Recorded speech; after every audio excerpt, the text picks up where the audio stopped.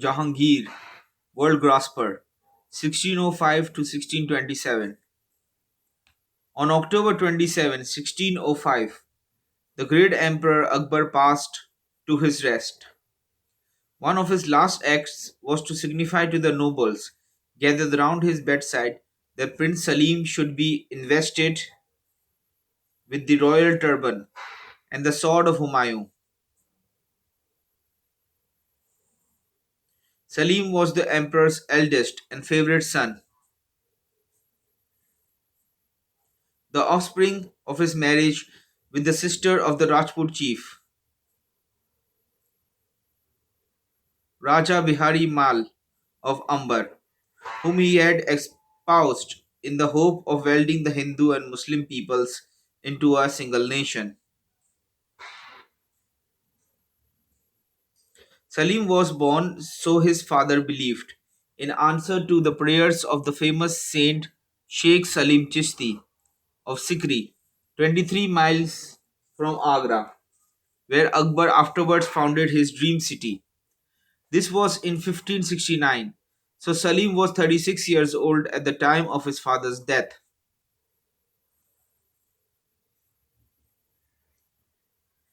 He had received a liberal education, partly at the hands of the gallant Jesuit fathers who had come from Goa to Akbar's court, and at one time it seemed possible that he might be converted to Christianity. He had, however, proved to be a wayward and unstable young man, and declined the position of Viceroy of the Deccan in order that he might not be deprived of the luxuries of life in the capital. In 1600, in a fit of jealousy at his father's preference for his other son, Prince Daniel, he retired in a dungeon to Bengal, where he started a rebellion. 2 years later, he almost broke Akbar's heart by hiring a ruffian to assassinate his trusted friend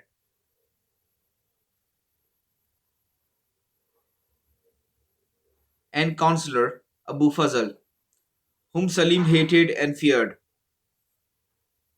But in 1604, father and son were reconciled. As soon as he ascended the throne, Salim assumed the title of Jahangir, or world grasper. He issued a proclamation assuring his subjects that he should protect the Mohammedan religion and promising various reforms such as a general release of prisoners, the abolition of barbarous punishments, the suppression of highway robbery, the prohibition of the sale of intoxicants, and the confirmation of noblemen and religious bodies in their estates.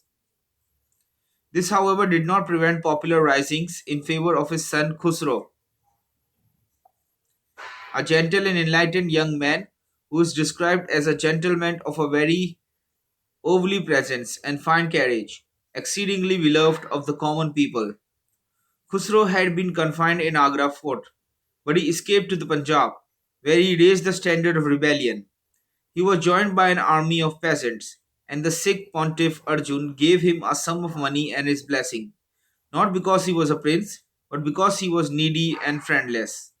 The rebellion was easily put down. The governor of Lahore refused to open the gates of the city to the insurgents, and Khusro and his chief adherents were captured and brought before the emperor. Jahangir describes the punishment he meted out to the two ringleaders. I ordered these two villains to be enclosed in the skins of a cow and an ass, and to be paraded around the city, as the skin of a cow dries quicker than the skin of an ass. Hussein Beg only lived to the fourth watch. Abdul Aziz, who was in the ass skin, lived for 24 hours and was then throne released. To strengthen and confirm our rule, I directed that a dense row of stakes should be set up from the garden to the city, and that the rebels should be impaled thereon and thus receive their deserts in this most excruciating punishment. The emperor, on a gorgeously caparisoned elephant, rode between the lines of his writhing victims, followed by the unhappy Khusro, trembling and weeping at the horrible fate which had overtaken his adherents. Another distinguished sufferer for his share in the rebellion was Arjun, who, though he was the fifth guru of the Sikh sect and compiler of their Adi Granth or Bible, was tortured to death for refusing to pay the fine imposed upon him. The Sikhs forgot this act. Khusro himself was blinded with hot irons and imprisoned for life. After a time, he partly recovered his sight and was made the catspaw of contending factions until his death, caused, as everyone believed, by his brother Khurram in 1622. It was a tragedy that Khusro never succeeded to the throne, for had he done so, the history of the period would have been a very different story. If Sultan Khusro prevails, wrote Sir Thomas, a very shrewd observer, this kingdom will be a sanctuary for Christians, whom he loves and honors, favoring learning, valor, and the discipline of war, abhorring all covetousness, and discerning the base custom of taking used by his ancestors and the nobility. He was looked on by the common folk as a martyr to their cause,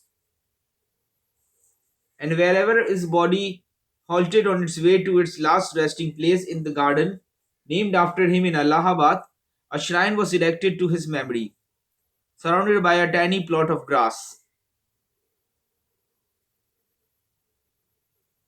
Unlike other Muslims of his day, he had refused to contract numerous alliances and had married only a single wife to whom he was devoted.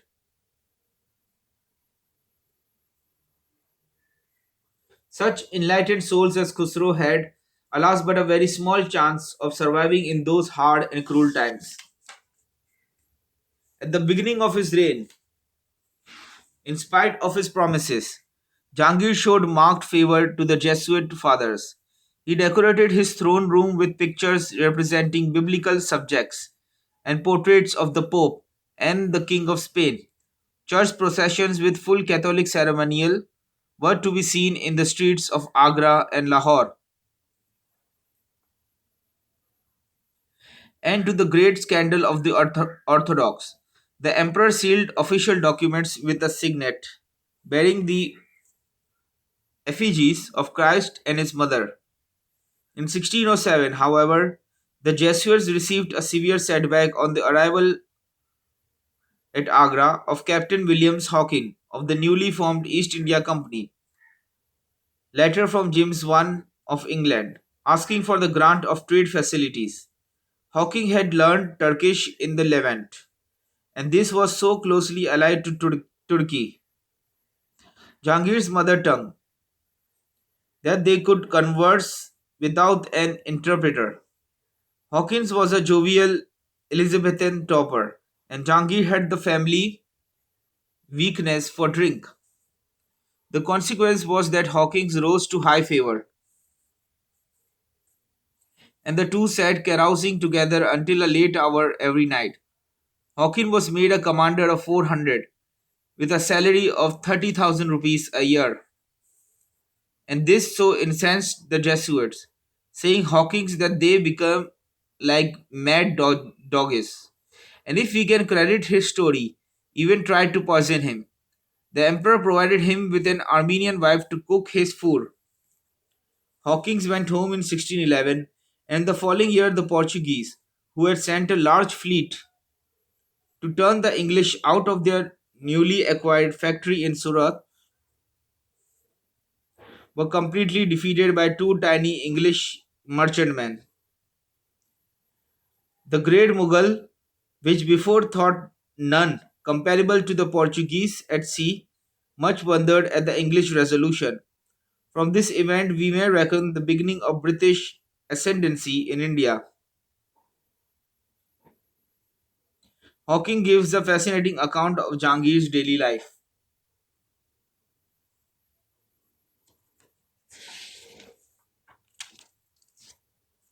First in the morning, about the break of day, he is at his beats with his face turned to the westward.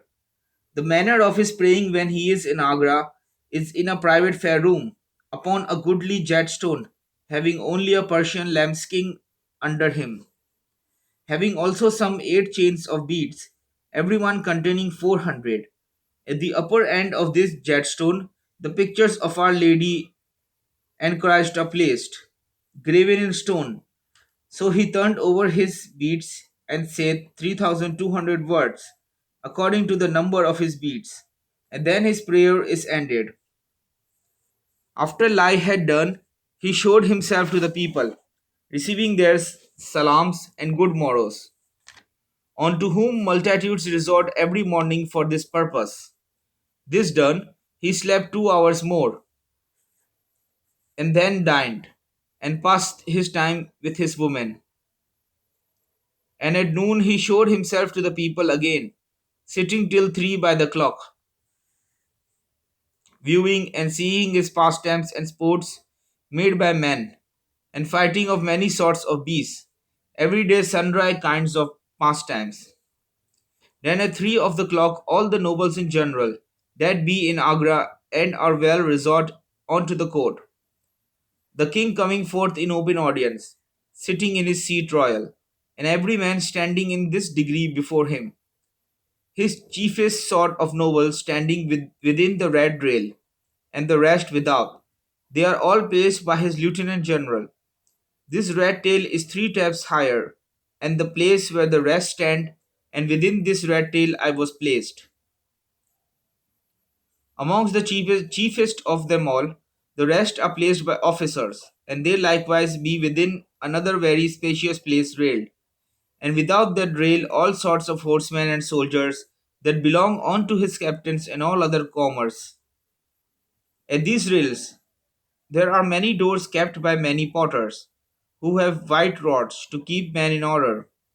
In midst of the place, right before the king, stands one of his sheriffs, together with the master hangman, who is accompanied by 40 hangmen, wearing on their heads a certain quilted cap, different from all others, with hatchets on their shoulders, and others with ale sorts of whips, being there ready to do what the king command.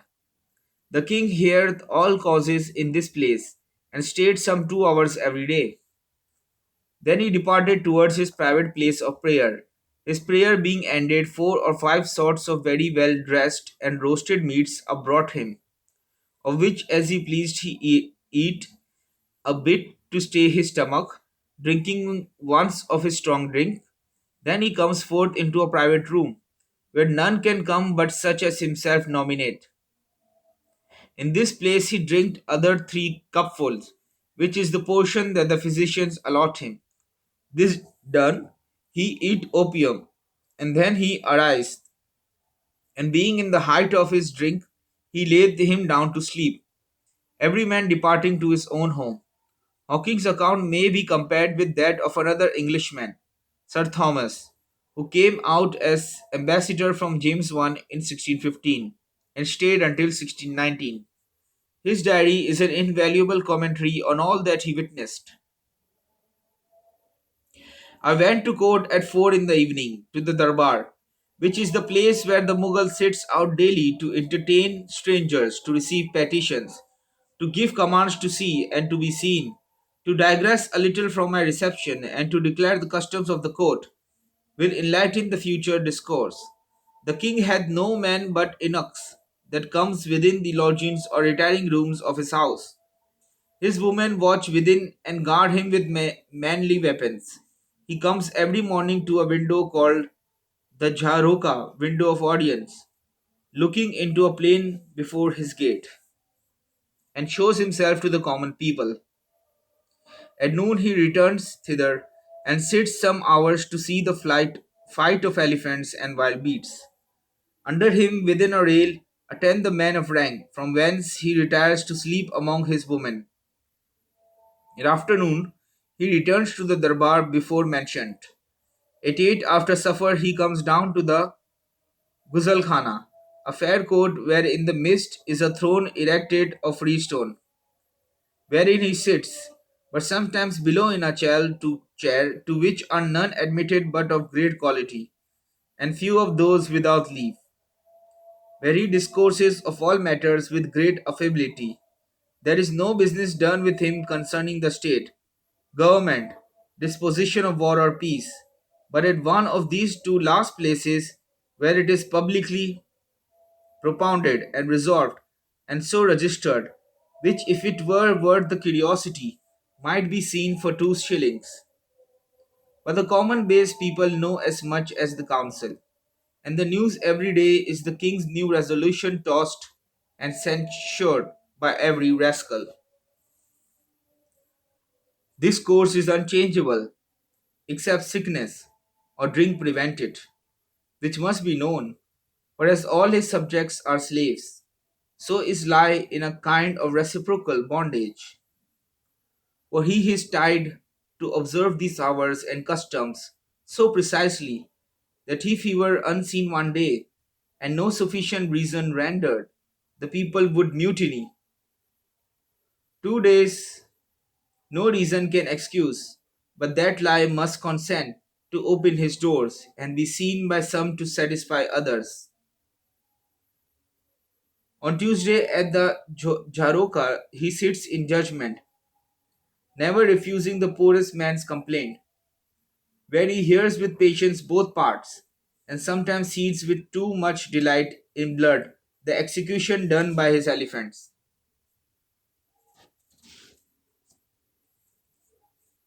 At the Darbar, I was led right before him at the entrance of an outer rail, where met me two principal noble slaves to conduct me nearer.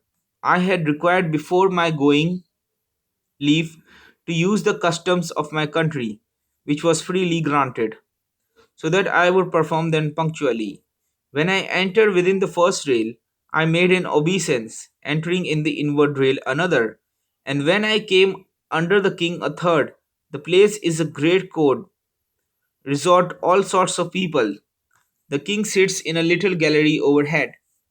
Ambassadors, the great men, and strangers of quality within the inmost rail under him, raised from the ground, covered with canopies of velvet and silk, underfoot laid with good carpets, the meaner men representing gentry within the first rail, the people without in a base court, but so that all may see the king. In 1611, Jahangir married the famous Nur Jahan, or Light of the World, with whom he had long been in love. This remarkable woman was the daughter of a Persian refugee,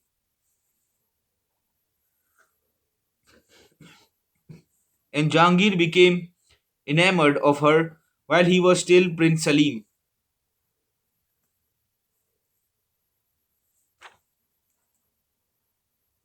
Akbar, who did not approve, married her off to one of his officers, Ali Kuli, surnamed Sher Afghan or Tiger Thrower, who was made governor of Burdwan in far off Bengal.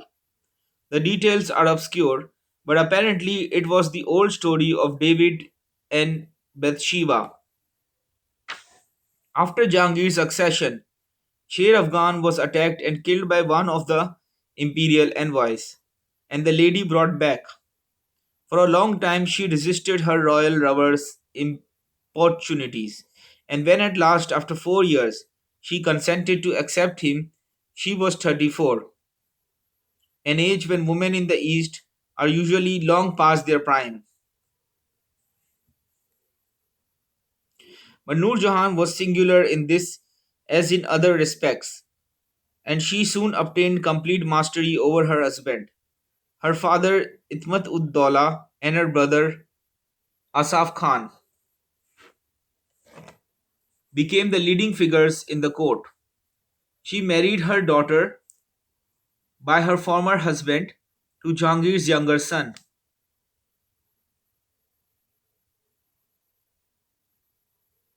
Prince Shahryar, and her niece.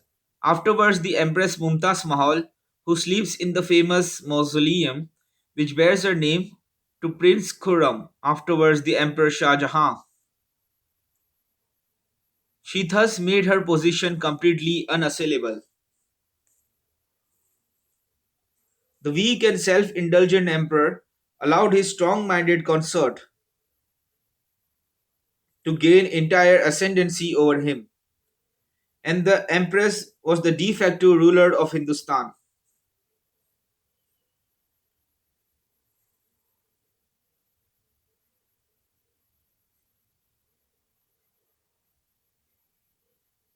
She used her power wisely and well.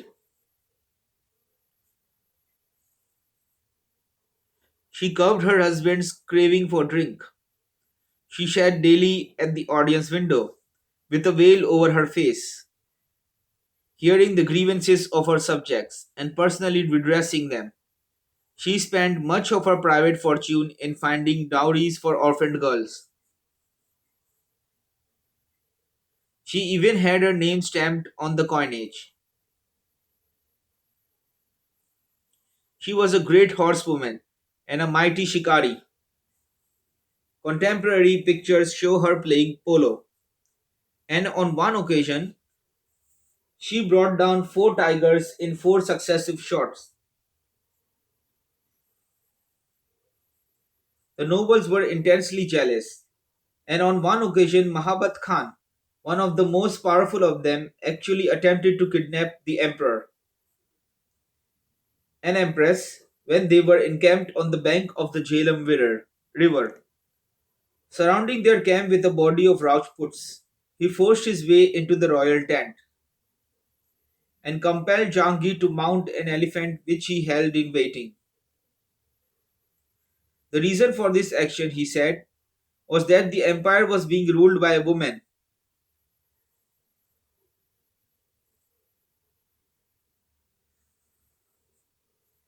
and that Jahangir was a mere puppet in the hands of his wife and her faction. But Mahabat Khan had reckoned without his hostess. The doughty Noor Jahan forced her way through the ranks of her would be captors amid a shower of arrows, one of which wounded a female attendant in the arm,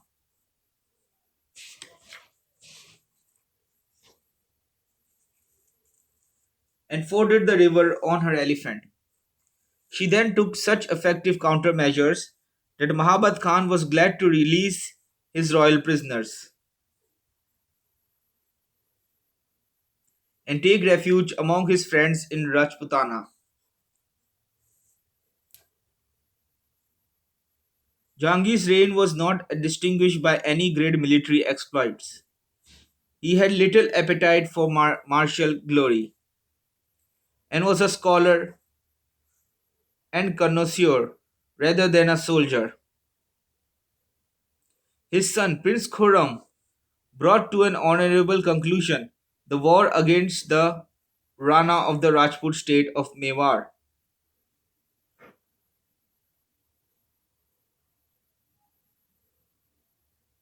which had defied the efforts of Akbar himself.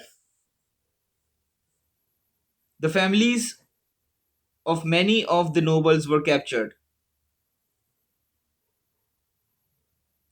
and at length the Rana submitted. It was agreed that the fortress of Chittor should not be fortified, but on the other hand, the Rana was not to be asked to send his womenfolk to the imperial harem.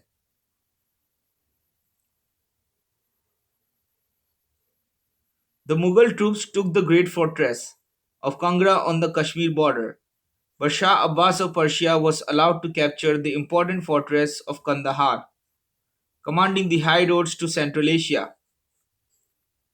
In the Deccan, which was destined to be the grave of the Mughal Empire, Malik Ambar, the minister of Ahmednagar, had discovered the fact that the famous Maratha light horsemen were more than a match for the clumsy and unwieldy Mughal army. The hardy Marathas, subsisting on nothing more than a bag of grain suspended from the saddle bow, and what they could get from the surrounding country, hung on the flanks of the imperial troops, cutting off stragglers intercepting supplies, and refusing to be drawn into a pitched battle until their opponents were completely exhausted.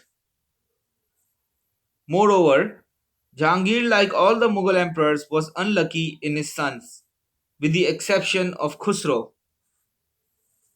They were dissolute and quarrelsome, and instead of supporting their father and assisting in the administration of the far flung provinces of his great empire, spent their time in fighting among themselves and intriguing against Nur Jahan and her faction.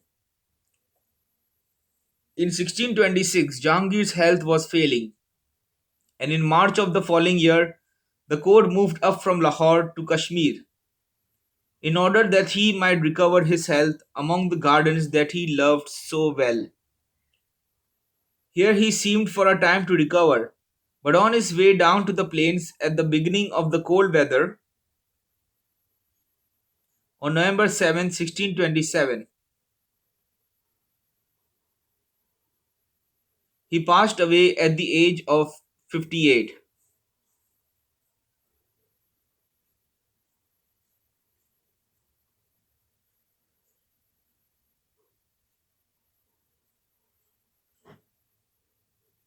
His body was taken to Lahore and buried in a garden. Over the grave, his widow erected a magnificent mausoleum in which, under a severely simple marble tomb, under that great and masterful woman was in due time also laid to rest at her consort's side.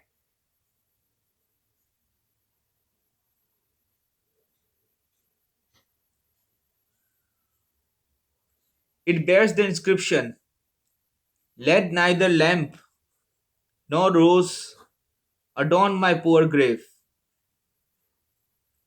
to save the moth from courting death and the nightingale a song." Jahangir's character is a curiously complex one, and Terry, Sir Thomas Champlain, summed him up acutely when he observed, "For the disposition of the king, it ever seemed to me to be composed of extremes. For sometimes he was barbarously cruel, and at other times he would seem to be exceedingly fair and gentle. He was exceedingly fond of children and animals, and once when his little grandchild was sick unto death, he vowed he would give up hunting if the child recovered."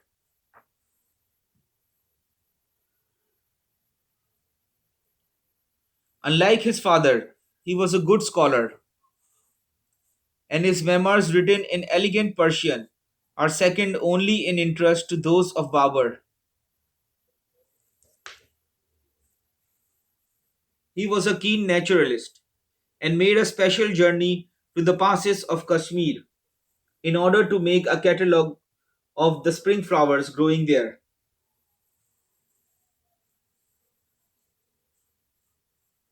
He had a large zoological collection,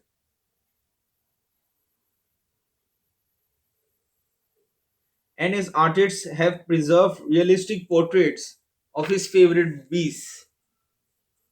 He tried experiments in breeding birds in captivity,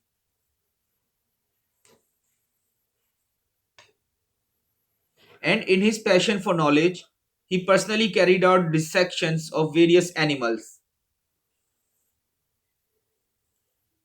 All the Persians loved gardens, and it was the custom of every Muslim nobleman to design one for himself, where he might take his ease during the heat of the day and find a last resting place when he died.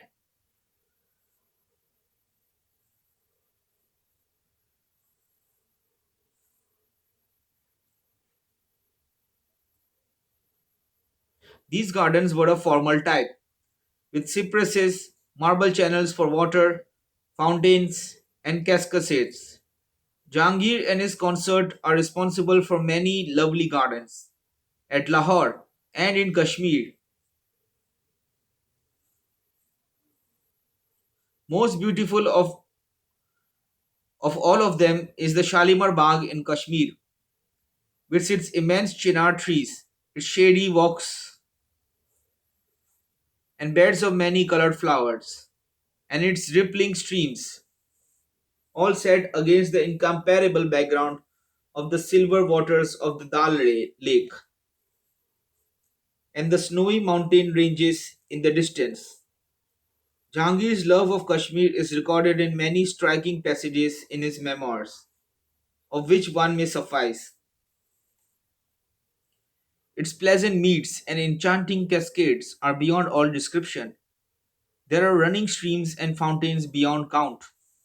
Wherever the eye reaches, there are verdure and running water. The red rose, the violet, and the narcissus grows of themselves. In the fields there are all kinds of flowers and all sorts of sweet scented herbs, more than can be calculated.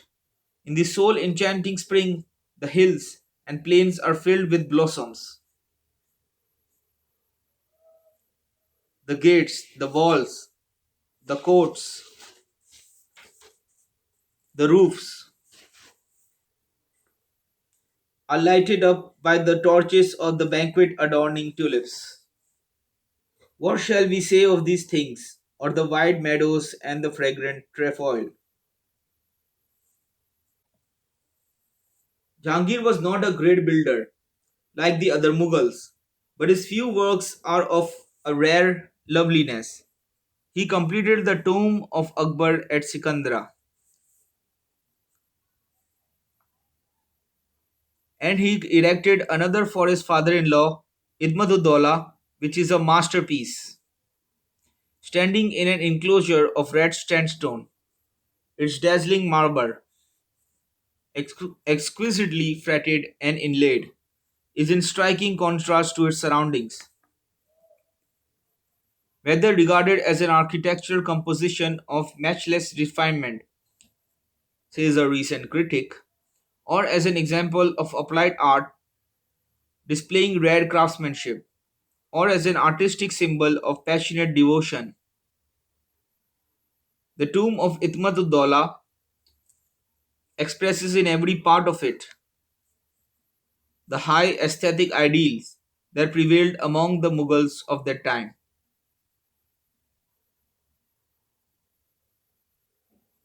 In the realm of art, however, Jahangir's chief contribution was to painting. Of this he was a connoisseur of rare ability. He says in his memoirs, "As regards myself, my liking for painting and my practice in judging it have arrived at such a point that when any work is brought before me, either of deceased artists or of the present day, without the names being told me, I say on the spur of the moment that it is the work of such and such a man.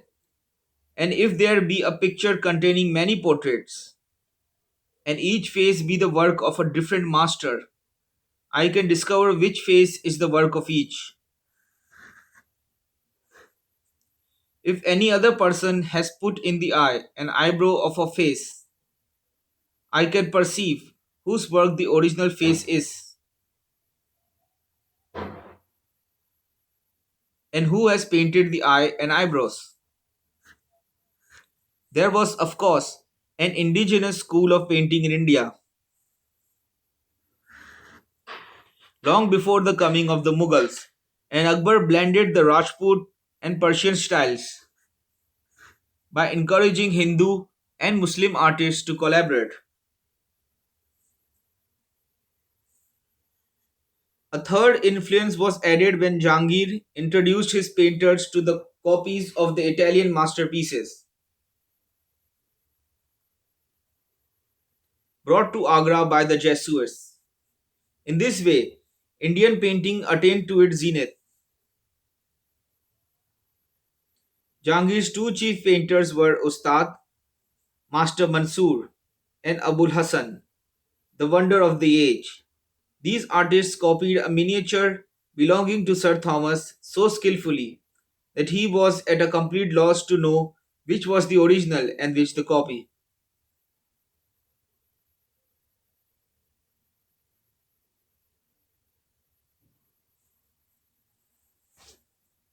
Jahangir also struck a series of coins of exceptional artistic merit.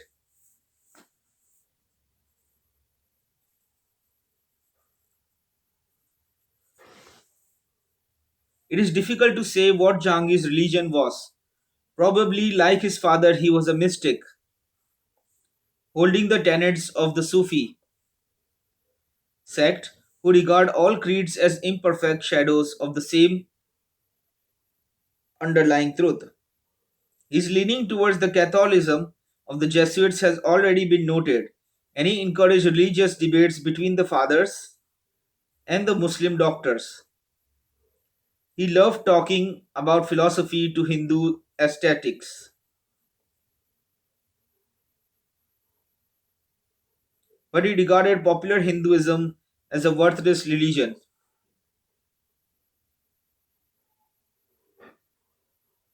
Unlike many of his contemporaries, he was completely tolerant and never persecuted a man for his belief.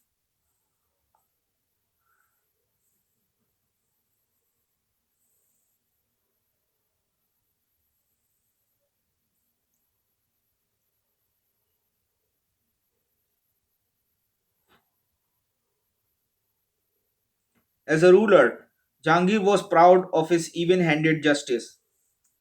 God forbid, he exclaims, that I should consider princes far less noble men.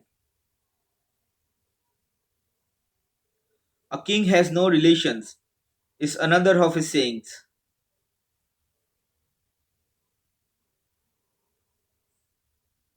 The lack of communications made it difficult to keep a check on distant officials. But corruption and extortion were severely punished when detected,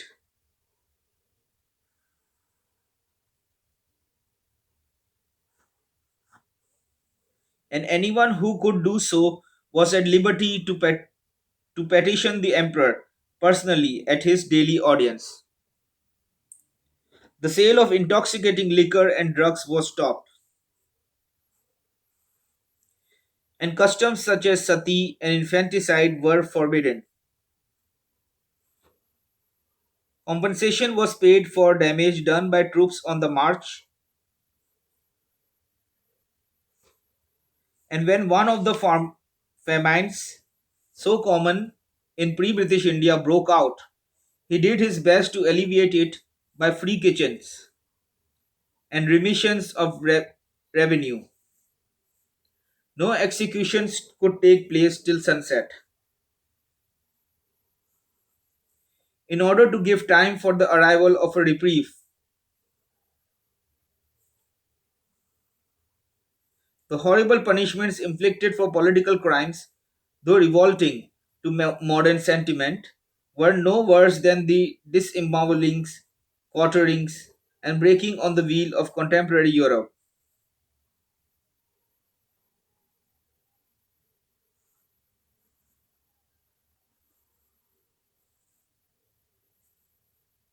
In his personal appearance and the pleasures of the table, Jahangir was as fastidious as he was in everything else. He records the delight of eating freshly plucked figs and the excellence of Kabul cherries. He is perfectly frank about his unhappy fondness for strong drink, which marred that what might otherwise have been an excellent character, and was responsible for most of his failings. He tells us that he commenced taking wine at the age of 18, and when this ceased to intoxicate him, he had recourse to raw spirits and drugs. At one time, his hand shook so violently that he could not hold a cup, but Nur Jahan partially reformed him. Altogether, Jahangir, though by no means the greatest of his line, is an interesting character who, like his grandfather Humayun, only just failed to be a, only just failed to be a good ruler, owing to an unfortunate weakness, which he was unable to overcome.